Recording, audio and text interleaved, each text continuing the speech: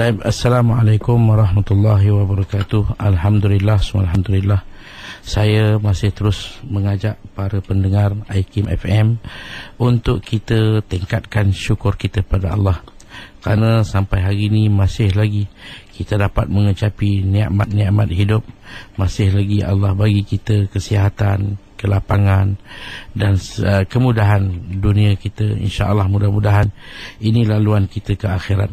Cuma hari ini tajuk saya ialah, kalau dalam apa yang kita perkatakan dalam minggu-minggu yang lalu mengenai dengan solat witir, hari ini saya nak fokuskan kepada solat sunat duha. Solat sunat duha adalah suatu solat yang dituntut juga menjadi satu amalan baginda Rasulullah sallallahu alaihi wasallam, di mana apa yang disebut dalam hadis kata baginda mengenai dengan kelebihan solat duha, man hafaza ala syuf'ati duha ghufirat lahu dhunubuhu wa in kanat misla zabadil bahri. Kata baginda, bang siapa yang memberi pengawasan, penjagaan kepada solat duha yang berbentuk genap, maka Allah akan ampunkan dosanya walaupun seperti buih di laut. Jadi solat duha ini solat yang penting. Dalam hadis lain Nabi sebut, hadis kursi, ya bani Adam, salli li min awalin nahari arba'a raka'atin akfika akhirahu. Wahai anak Adam, solatlah di awal pagi 4 rakaat, aku akan mencukupkan keperluan kamu sehingga ke akhir petang. Jadi sidang pendengar sekalian, kita perlu ada masa. Walaupun dalam kesibukan, kita cuba dapatkan masa-masa rehat sebagai contoh untuk kita isikan dengan solat duha. Solat duha ni solat sunat yang sekurang-kurangnya 2 rakaat, sepanjang-panjangnya 12, tapi seafdalnya ialah 8 rakaat. Kita buat 2-2-2-2 solat secara sir. Ini adalah satu solat yang dituntut untuk kita melakukan menjadi amalan baginda, yang mana baginda sangat memberati perkara solat sunat duha. Jadi jangan pula nanti kerana solat duha kita abaikan kerja. Dengan solat duha maka segala perkara tergendala. Tidak. Cuma kita kadang-kala masa kita terbuang dengan bercakap kosong, terbuang dekat kedai-kedai makan, dekat sewa kafe dan sebagainya. Alangkah baiknya kalau masa ini digunakan untuk kita solat sunat duha. Kita ambil rehat sekejap. Bila setengah orang rehat, dia keluar pergi makan, pergi minum, pergi merokok dan sebagainya. Kalau kita keluar pergi surau, buat 2 rakaat, 2 rakaat. Itu adalah suatu nikmat yang sangat besar. Terima kasih Ustaz, itu intro untuk program kita hari ini, mana memfokuskan kepada ibadah solat sunat duha. Kiranya ada sebarang kemusykilan dan sebagainya, InsyaAllah kita bakal raikan pendengar kita melalui talian 03-6205-1500. Juga menanti respon anda dalam Facebook kita di ikim.fm maupun di pesanan ringkas ya. Anda boleh typekan ikim ya, persoalan anda dan hantarkan ke 39111 dan mungkin kita dapat bersama dengan pendengar kita yang pertama pagi ini insya-Allah. Assalamualaikum, siapa di talian? Assalamualaikum. Ya, waalaikumsalam. Kita bersama dengan siapa? Saya Nurul. Nurul bersama dengan Ustaz, silakan. Assalamualaikum Ustaz. Waalaikumsalam warahmatullahi. Mestinya Ustaz, saya nak tanya waktu yang afdal solat duha ni dari pukul berapa ke pukul berapa?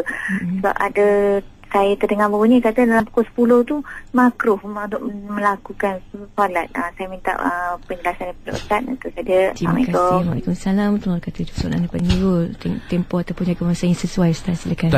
Solat duha sebenarnya masanya cukup panjang.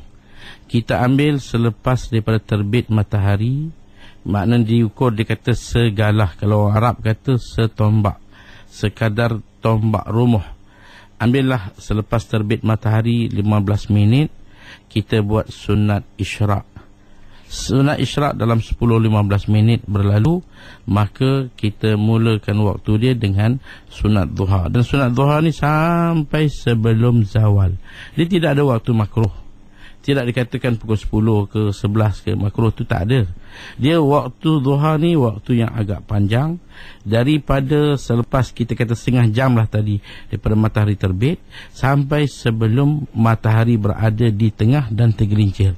Maka waktu tu duha boleh kita lakukan.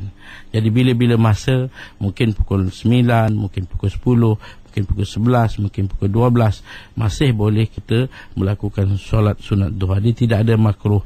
Cuma kita, macam mana saya ingatkan tadi, jangan kita jadikan sebab solat sunat ini kerja-kerja kita tergendala ataupun tertunda. Itu yang kita kena jaga. Maknanya kerja tu satu tanggungjawab, satu peranan kita. Jangan kita orang kata curi tulang, kita tak nak buat kerja, kita pergi solat, kita terlampau. Tak, kerja itu tanggungjawab. Ini rezeki yang halal. Mana nak datang rezeki yang halal kalau kita tidak fokuskan dengan tanggungjawab kita, kerja kita, buat apa yang disuruh. Tetapi jangan sampai kita tak dapat melakukan ibadat. Kerana ada ruang masa, memang masa orang keluar pergi tandas, pergi makan, pergi minum, macam mana saya kata, pergi merokok pun ada juga. Jadi apa salahnya kalau kita gunakan masa itu untuk kita solat sunat duha. Ya, saya terima kasih Ustaz atas panduan tersebut, insyaAllah untuk kita kongsikan bersama. Dan juga persoalan yang mungkin timbul berkaitan dengan menyempurnakan solat sunat duha kalau solat fardu kita qada belum sempurnakan Ustaz, ya. Dan persoalan ini juga ditimbulkan oleh pendengar kita, responnya dalam Facebook, Astuti Darwis katanya, bagaimana nak mengamalkan solat sunat duha kalau qada fardu yang lalu belum diselesaikan, dan adakah kita akan mendapat fadilat solat sunat duha bila kita melakukan qada solat fardu pada waktu duha tersebut? Silakan Ustaz. Tentang solat fardu yang kita tinggalkan, sama ada kita sengaja atau tidak sengaja. Mana kalau tak sengaja ni sebab dia tertidur ataupun terlupa. Selain daripada tertidur dan terlupa, dikira sengaja. Walaupun kita dalam kesibukan, melayan tetamu, kesibukan itu dan ini, maka itu dikira masih sengaja. Kerana tak sengaja dua saja, tidur ataupun terlupa, itu dikira tak sengaja. Jadi kita kena qada solat kita. Jadi dalam kes ini, macam mana selalu kita sebut, utamakan qada, kerana ini wajib.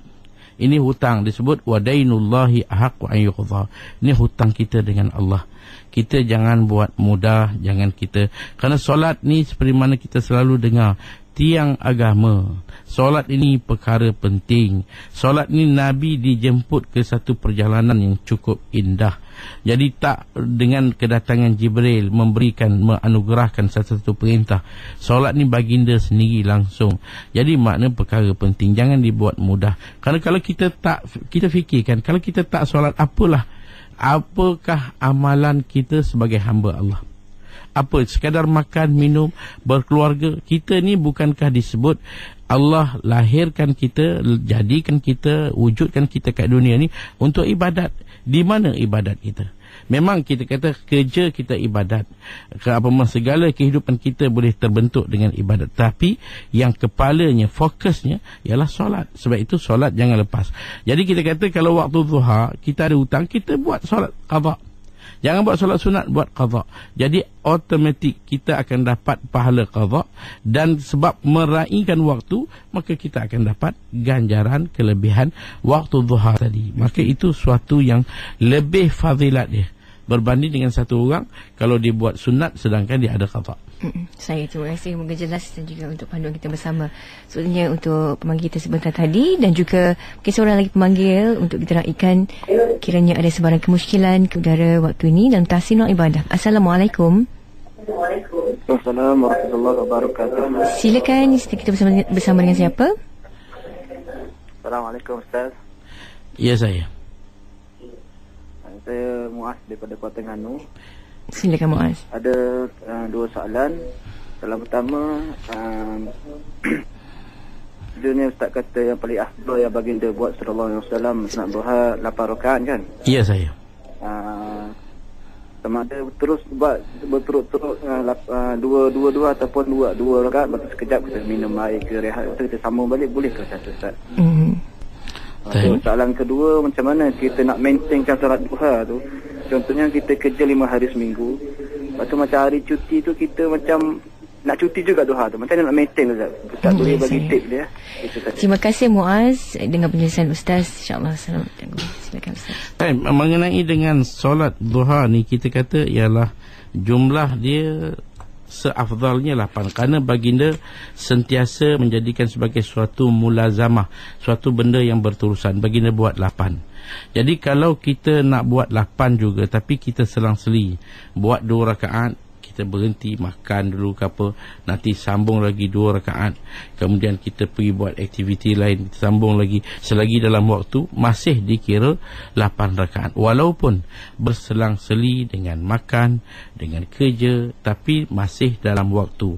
Macam witir dulu, witir kita kata sepanjangnya 11, kita buat di masjid 3, balik kita sambung 8, 2 dalam waktu selagi belum terbit fajar dikira witir. Macam tu juga dengan duha.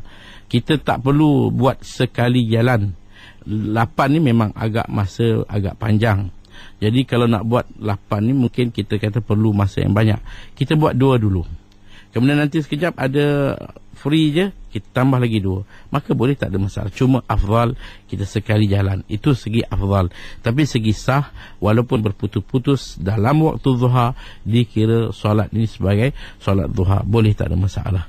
Dan masalah kedua, macam mana kita nak jadikan sebagai benda ni sebagai satu adat, sebagai satu tabiat.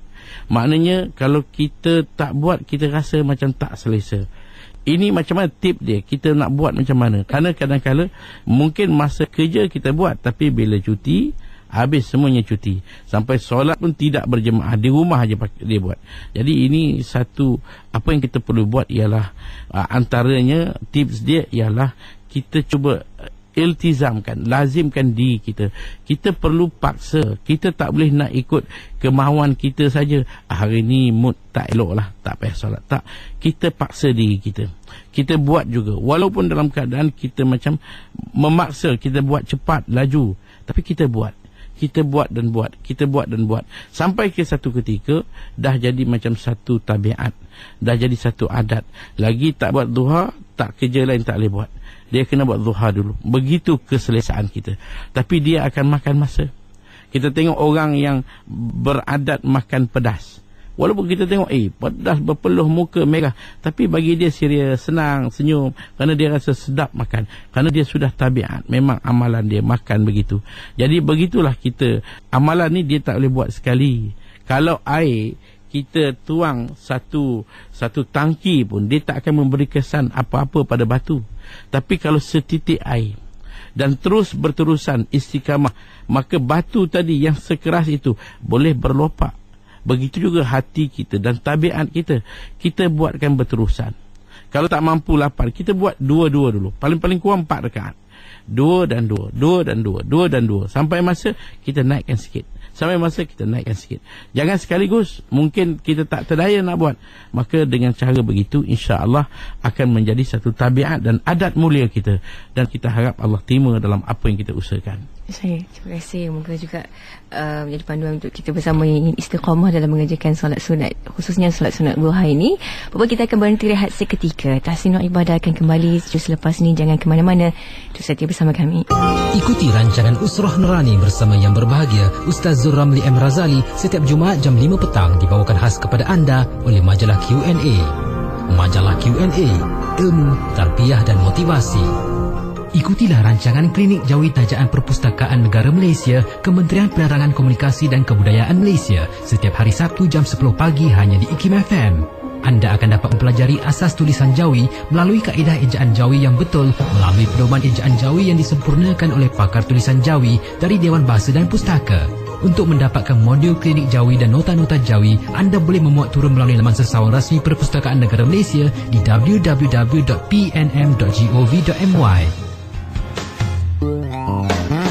Kembali kita saudara untuk pertemuan dalam Tahsinul Ibadah. Masih setia menemani pada waktu ini bersama dengan yang bahagia Ustaz Fazli Al-Yamani, kiranya ada kemusykilan yang berkaitan dengan ibadah, kita memfokuskan kepada solat sunat duha untuk hari ini. Sudah tentunya anda boleh memberi pandangan maupun ada persoalan yang nak ditujukan. Talian kita 0362051500, Facebook kita di IKIM.FM maupun di pesanan ringkas hantarkan ke 39111. Kembali bersama dengan pendengar kita yang mengirimkan persoalan melalui Facebook, Ustaz, berkenaan dengan solat sunat duha. Mungkin ada doa tertentu, katanya kalau tak berapa ingat bolehkah kita membaca doa dalam bahasa Melayu? Silakan Ustaz. Dalam masalah doa ini, dia tidak ada sesuatu yang khusus dalam solat kita pun. Kalau luar solat, dia tak ada satu doa yang khusus. Kalau solat fardu pun, lepas salam kita berdoa, dia tak ada doa yang khusus. Jadi banyaknya doa-doa ni sunat. Macam makan, dia ada doa makan, tidur ada doa tidur. Dia tak sebagai satu yang khusus. Jadi kalau solat duha kita nak doa, kita mungkin tak ada hafalan doa-doa dalam bahasa Arab, tak ada masalah. Luar solat kita boleh berdoa dalam bahasa kita sendiri yang kita faham. Cuma dalam bahasa Arab yang warid daripada nas Nabi ataupun ayat-ayat Al-Quran, itu lebih penuh barakah dia.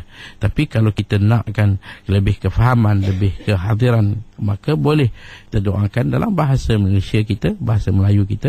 Maka Allah lebih faham apa yang tersirat, apa yang terkandung dalam hati kita.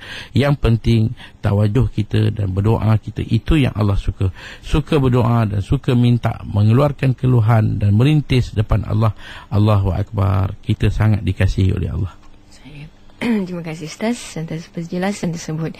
Kembali untuk bersama dengan pendengar kita mesti talian waktu ini, insyaAllah. Assalamualaikum. Siapa di talian? Hello. Hello, Assalamualaikum. Saya tutup radio dulu. Terima kasih untuk memudahkan interaksi. Assalamualaikum. Ya, Assalamualaikum. Silakan, siapa di talian? Saya Abdul Kadir. Cik Abdul Kadir bersama dengan Ustaz, silakan. Assalamualaikum Ustaz. Waalaikumsalam warahmatullahi.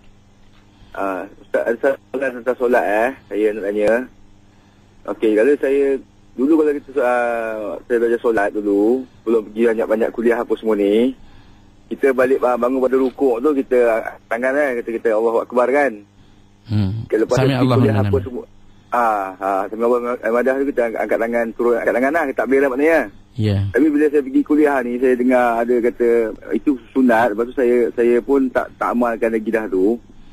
Jadi saya tak buat lagi dah. Saya terus bangun tak payah angkat tangan lagi dah maknanya. Sami Allah Madah pun tak angkat tangan. Yang pertama untuk rukuk pun tak angkat tangan. Tapi saya punya jemaah-jemaah ni kata, kenapa ada beza kan dulu dengan cara dengan sekarang saya solat. Jadi saya kata saya lebih khusyuk dengan cara yang baru ni, sebab saya pernah kuliah kata itu sunat, tak payah angkat tangan pun tak apa.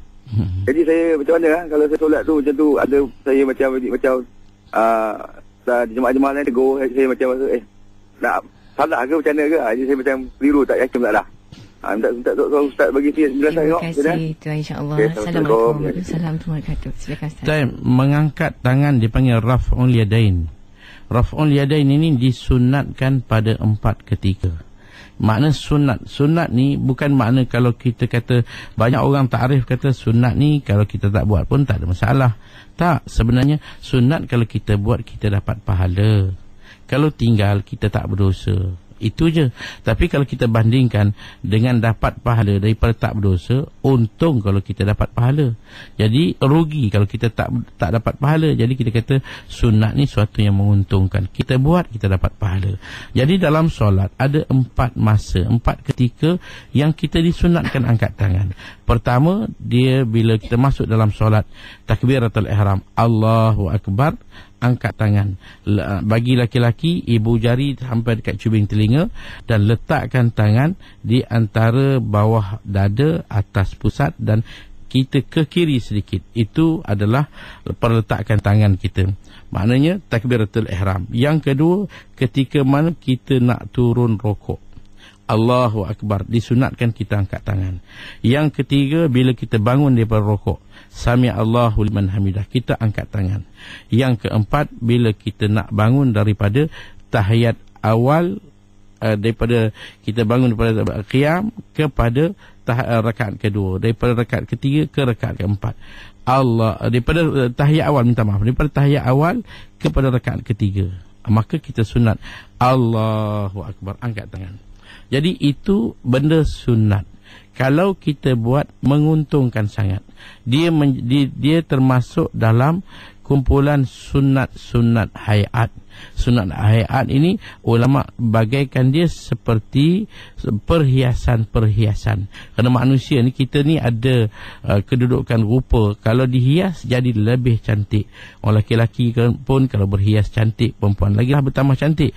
Maka solat kita hendaklah kita hiaskan dengan sunat-sunat hayat. Antaranya takbir yang kita sebut takbir intikhalat, takbir masuk dalam solat, takbir nak rokok, takbir bangun daripada rokok, dan takbir bangun daripada tahiyat awal. Untuk rakaat yang ketiga, Allahu Akbar, kita angkat tangan. Itu adalah sunat. Kalau lain pada itu kita angkat juga. Macam setengah orang dia angkat semua sepanjang solat. Tak disunat. Bila tak disunat, tak ada apa benda, tak ada isi, tak ada pahala, rugilah. Makna kosong. Cuma kita buat pada yang dikatakan sunat, itu yang menguntungkan kita. Wallahualam. Terima kasih Ustaz atas pencerahan tersebut. Kembali untuk bersama dengan pendengar kita malam-malam dalam Facebook. Saya kira apa yang disuarakan ini juga bertepatan dengan pandangan daripada kalangan masyarakat sendiri berkaitan kalau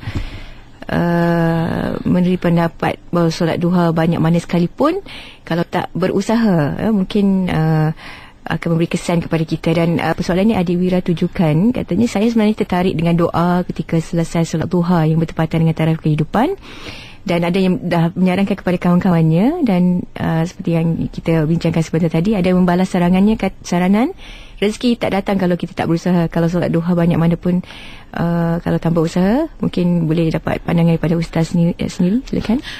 Masalah rezeki, memanglah kita kata segala apa pun kita perlu usaha. Nak masukkan sesuap nasi pun, dia tak boleh masuk begitu saja dengan angkat tangan. Dah masuk pun tak cukup, kena ada kunyahan dia. Kunyah telan. Jangan pakai masuk macam tu saja. Jadi makna ada usaha. Jadi usaha ni dia ada usaha zahiri, ada usaha batini. Kita usaha kerja, itu satu usaha, memang tak ada nafikan. Jangan kita kata rezeki akan datang bergolek ke, datang turun melayang ke, tak. Kita kena usaha pergi kerja. Tapi kadang-kadang apa yang lebih utama, kita nakkan keberkatan hasil usaha kita. Nakkan berkat. Kerana berkat ini yang hari ini sudah hilang. Berkat ni apa? Sesuatu yang akan memberikan cukup, yang akan memberikan kekuatan. Kerana kita nak tahu makanan yang kita makan berkat tak berkat, tengok kekuatan ibadat kita. Lagi sihat, lagi makan sedap, kita jadi pemalas. Itu tak ada berkat dia. Tapi kalau kita makan, walaupun berapa yang kita makan, tapi memberi kekuatan kepada amal ibadat kita, itulah keberkatan yang kita nak. Keberkatan dalam keluarga, bagaimana hidup kita penuh dengan kasih sayang. Walaupun rumah kita masih belum sempurna, rumah setinggan saja, tapi isteri kasih suami, hormat suami, suami kasih anak-anak, kasih sayang dapat dilihat. Maka itu adalah keberkatan hidup. Daripada kita duduk rumah banglo besar, tapi masing-masing tengok antara satu dengan lain dengan pandangan musuh, dengan pandangan orang kata iri hati, dengan cemburunya, dengan sangkaan buruknya. Bila cakap sikit nak melenting, bukan main marah sentiasa. Maka apa makna kalaupun kita hidup mewah? Terima kasih Ustaz atas sarangan tersebut. Juga kembali untuk bersama pendengar yang dah lama nantikan untuk bersama kita mesti talian waktu ni. InsyaAllah kepada kita nak ikan. Assalamualaikum. Waalaikumsalam. Ya, siapa di talian? Amir dari Kepung. Cik Amir, silakan. Ya, Assalamualaikum Ustaz. Waalaikumsalam warahmatullahi. Ustaz, saya nak bertanya berkenaan solat qada. Ya, saya. Ada waktu tertentu tak nak qada solat? Misalnya waktu zuhur untuk waktu zuhur je macam tu. Itu je Ustaz. Okey, waalaikumsalam. Silakan Ustaz. Type qada ni sebenarnya dia tidak ada waktu. Sebanyak mana waktu yang kita ada selepas daripada urusan yang kita bertanggungjawab, kerja dan sebagainya, maka waktu-waktu yang lain itu isikan dengan qada. Dia boleh tak ada masalah kalau zuhur kita qada insya', kalau waktu insya' kita qada subuh, tak ada masalah. Bila masa pun boleh qada, asalkan ada ruang. Cuma apa yang perlu kita buat, kita tertibkan. Kita kena ingat, katakanlah kita telah tinggal solat dalam 15 tahun yang lalu. Dalam 15 tahun tu tentulah kita kata setahun dalam 360 hari. Maka kita buatkan satu jadual dia. Hari pertama solat kita 5 waktu yang kita tinggal. Maka kalau kita mula dengan zuhur, maka lepas tu nanti kita buat asar. kemudian buat maghrib, buat isyak, ikut dia punya susunan tertib dia. Hari pertama tamat, hari kedua pula, hari ketiga, macam kita kira hutang kita lah, kita tamatkan satu. Jadi buat siang boleh, buat malam pun boleh. Cuma bacaan dia kalau kita baca siang, perlahankan, walaupun solat tu maghrib, isyak atau subuh. Tapi kalau kita buat di waktu malam, maka kita nyaringkan bacaan, walaupun solat itu zuhur dan juga asar. Mana dikira pada waktu, kalau malam bacaan nyaring, kalau siang bacaan perlahan.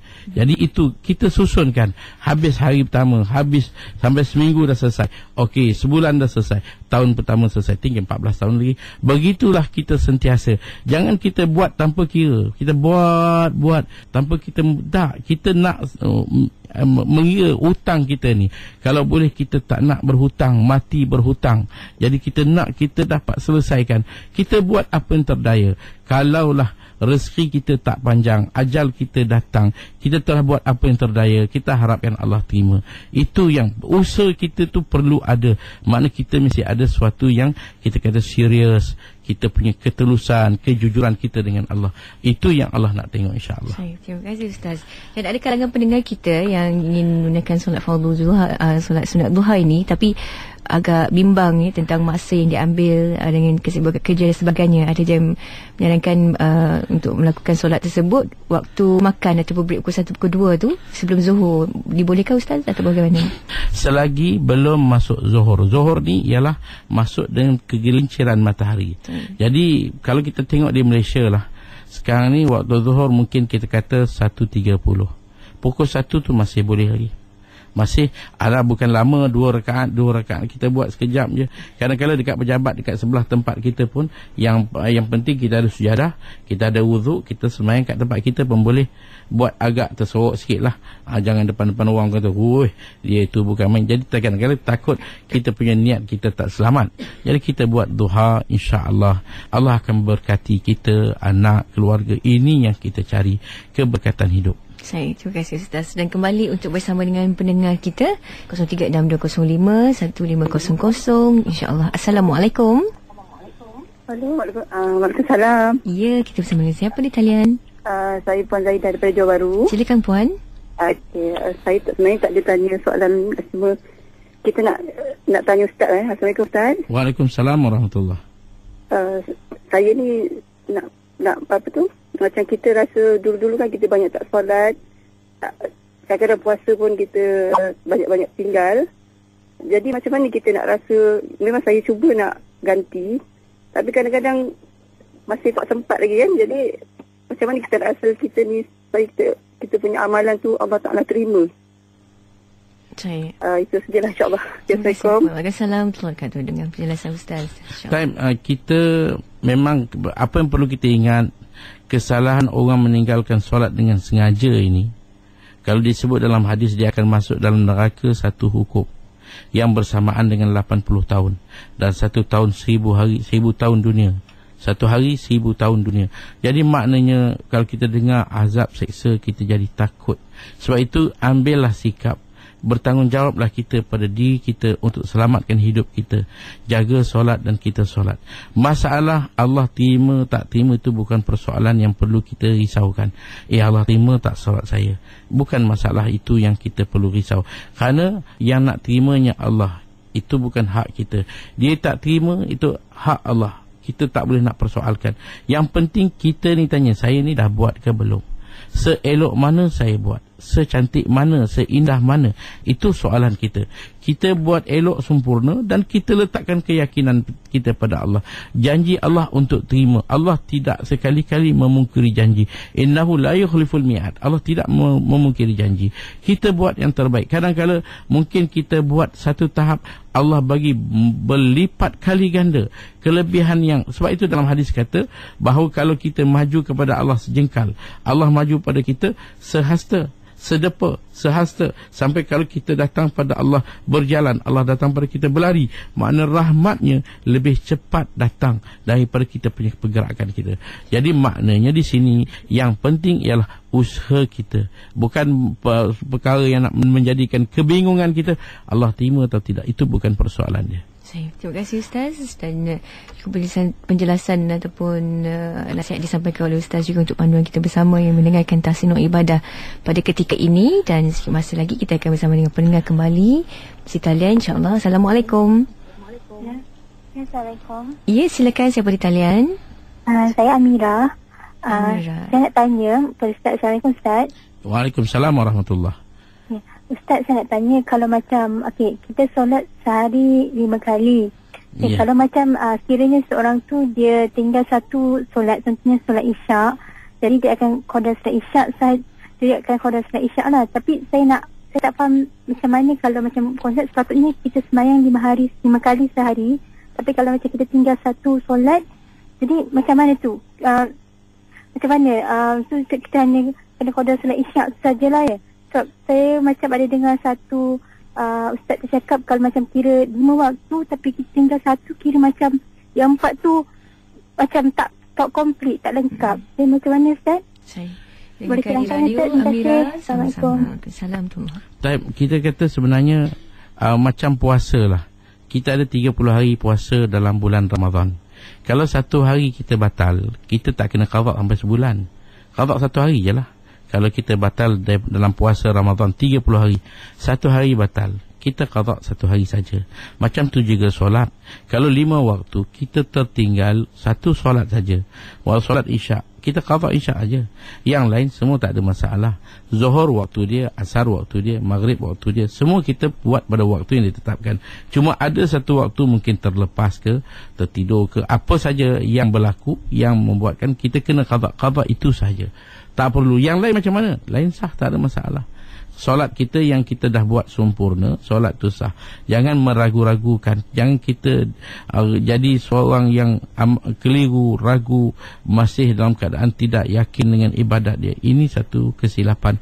Banyak orang ada penyakit was-was. Penyakit was-was ni satu penyakit syaitan. Jangan kita was-was dalam ibadat. Kita buat dengan penuh yakin.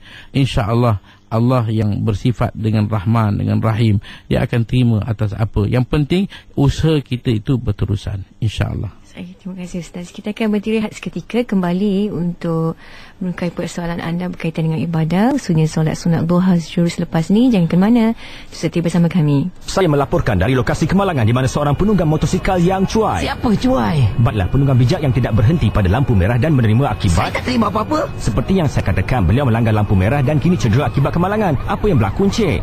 Saya patut berhenti tadi. Ya betul, tuan-tuan dan puan-puan, dengar tu apa penunggang bijak kata. Nasib baik aku cedera.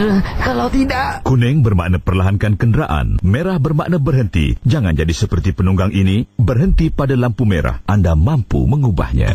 Pesanan ini dibawakan kepada anda oleh IKIM FM dan Jabatan Keselamatan Jalan Raya Malaysia. IKIM FM dengan kerjasama Masjid Al-Azim Pandan Indah Ampang dan Pertubuhan Lepasan Mahasiswa Mesir Ilmam Malaysia akan mengadakan forum bicara ad-din IKIM FM pada hari Sabtu 2 Februari 2013 bermula jam 8 malam. Berkongsi ilmu melalui perbincangan ilmiah bertajuk Al-Quran Terapi Konflik Ummah yang membawakan 2 orang ahli panel. Yang berbahagia Tuan Haji Nik Ruskiman Abdul Samad, pengarah radio IKIM FM, dan yang berbahagia Ustaz Muhammad Asri Mat Daud, Timbalan Presiden Pertubuhan Lepasan Mahasiswa Mesir Ilmam. Dipengerusikan oleh DJ Syafiq Zulkifli dari IKIM FM.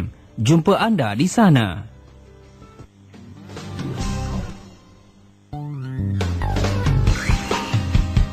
Selalu pertemuan kita masih lagi ditemani bersama yang bagi Ustaz Fazli Al-Yamani menjawab persoalan anda berkaitan dengan ibadah. Hari kita memfokuskan kepada solat sunat duha, dan kembali untuk bersama dengan pendengar kita, kiranya ada sebarang persoalan untuk dirujuk kepada beliau. InsyaAllah. Assalamualaikum. Silakan, siapa di talian? Hello. Hello, Assalamualaikum. Silakan. Waalaikumsalam warahmatullahi wabarakatuh. Assalamualaikum Ustaz. Saya ada satu soalan Ustaz ya. Tidak masalah, mungkin soalan ni dia lain sikit lah waktu duha tu. Kalau boleh lah Ustaz ya. Macam ni Ustaz, isu dia macam sekarang ni bilik air kita bercampur dengan toilet. Jadi macam kita ambil air sembahyang mandi kan, kita mandi pakai seluar apa, kita tu ambil air sembahyang, macam mana wuduk kita tu dikategorikan sah ataupun tidak sah. Lepas tu yang mana lebih baik, ataupun kita ambil dekat surau ke dekat masjid air wuduk tu? Itu saja Ustaz. Nama saya Azli Ustaz daripada Sayang. Terima kasih Cik Azli. Silakan Ustaz. Time kita bila bercampur tandas dan bilik mandi, ini pun satu juga perkara yang kita harapkan pemaju-pemaju ataupun kontraktor kita punya ni cuba atasi, asingkan tempat mandi dan tempat buang air. Tapi walau bagaimanapun, kalau kita itulah satu-satu tempat, jadi kita mandi situ, buang air situ, jadi segi wuduknya tak ada masalah. Wuduk sah, cuma kita jaga percikan dia. Kerana maklum terutama kita kalau ada anak pula anak lelaki yang bila dia nak buang air dia tak kira dah. Dia kadang-kadang dia bukan buang air itu masuk, kerana dia pancut merata kepada paip pun basah. Habis semua satu bilik air itu. Jadi kita nak ambil wuduk nanti percikan. Kita kena ambil secara duduk.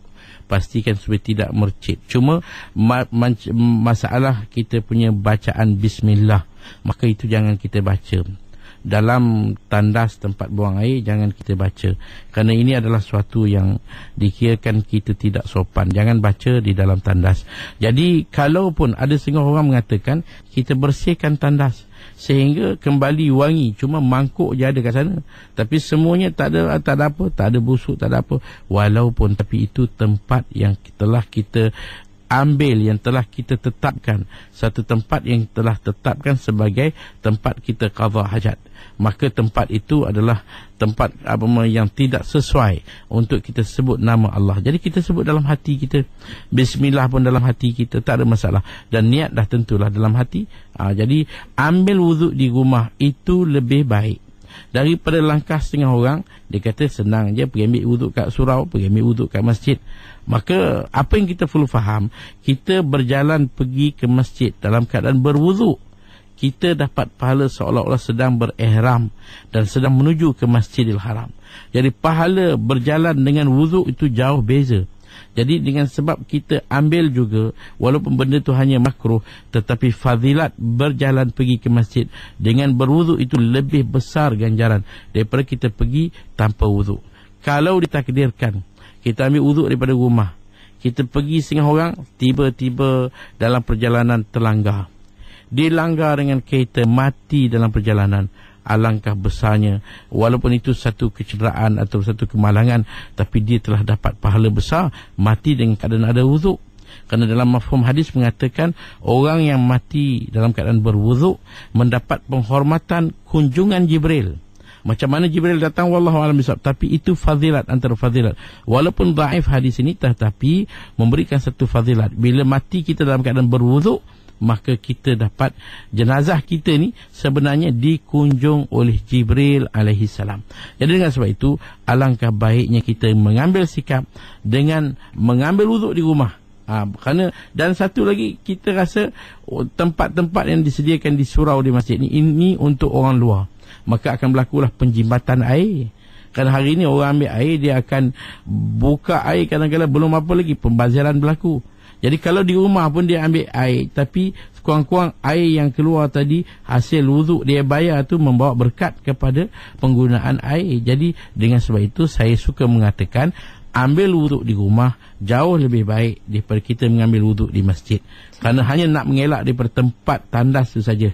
Cuma kalau ada kawasan dapur ataupun kawasan luar, ada tempat mudah untuk kita ambil wuduk, lebih baik kita ambil wuduk dengan kita boleh baca bismillah dengan sempurna. Wallahualam. Terima kasih Ustaz. Dan juga kita kembali untuk bersama dengan pendengar kita berikutnya dalam ruang masa yang ada ni. InsyaAllah kita akan seorang lagi pendengar. Assalamualaikum. Waalaikumsalam warahmatullahi wabarakatuh. Fairuz. Ya, silakan bersama dengan Ustaz. Assalamualaikum warahmatullahi wabarakatuh Ustaz. Waalaikumsalam warahmatullahi wabarakatuh. Ni Kak Fatimah nak tanya sikit. Ya.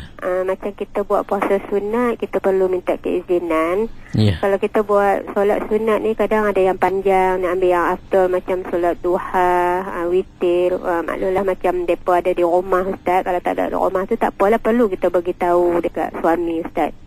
Dan ya, macam mana kita nak perlu menggalak pada anak-anak ni, dia orang ni buat fardu pun orang Kedah kata sulan calin jugalah kan. Kita nak mengajar depa, kita sambil tengok depa tu kita bawa depa buat sunat-sunat, kita nak bagi tahu kat dia orang kelebihan solat sunat Ustaz. Itu saja. Assalamualaikum warahmatullahi wabarakatuh. Silakan Ustaz.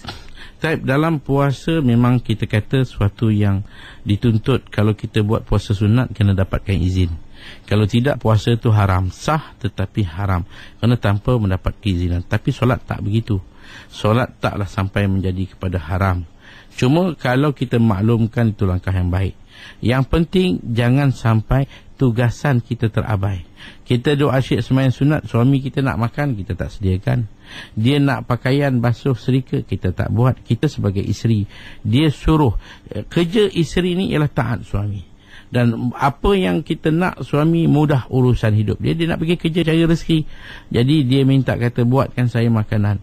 Kita kata cari makan sendirilah, masak sendiri kat dapur, semua ada barang. Jadi mana, apa nak buat? Saya nak sibuk sembahyang sunat ni, awak buat sendiri. Itu tak kena. Utamakan suami lebih daripada solat sunat.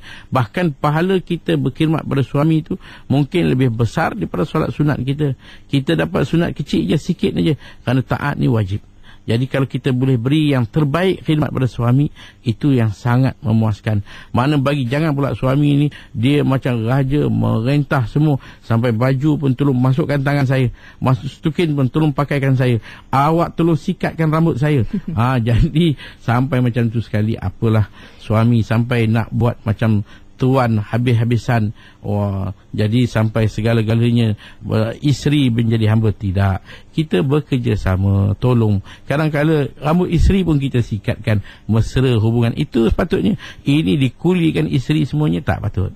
Jadi jangan sampai tugas isteri terabai. Itu yang kita kata. Jadi masalah anak-anak tadi memang satu cara dan ada perkara yang elok. Kalau kita biarkan dia bermain-main dengan sesuatu yang tak ada hal, kita ajak dia, mai sembahyang dengan ibu. Kita pakaikan dia telekung, kalau anak perempuan, pakaikan dia ketayap anak lelaki. So dia ikut.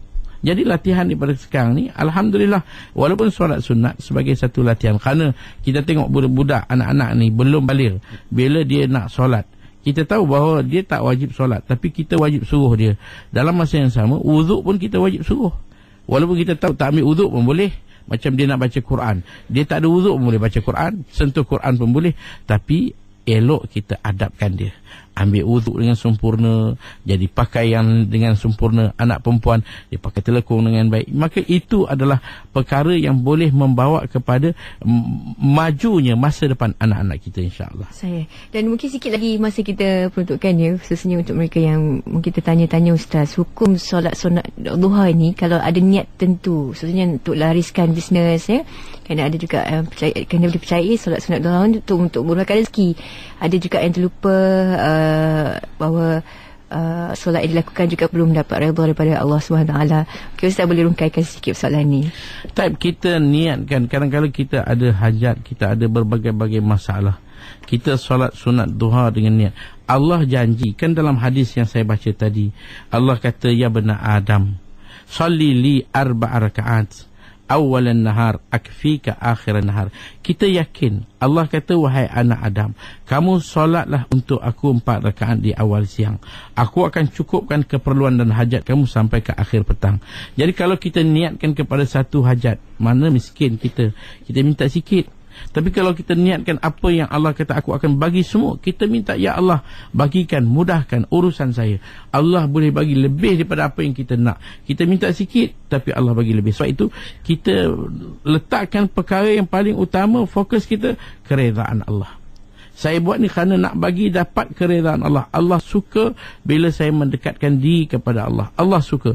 Bila Allah dah suka, urusan-urusan kita semua akan jadi mudah.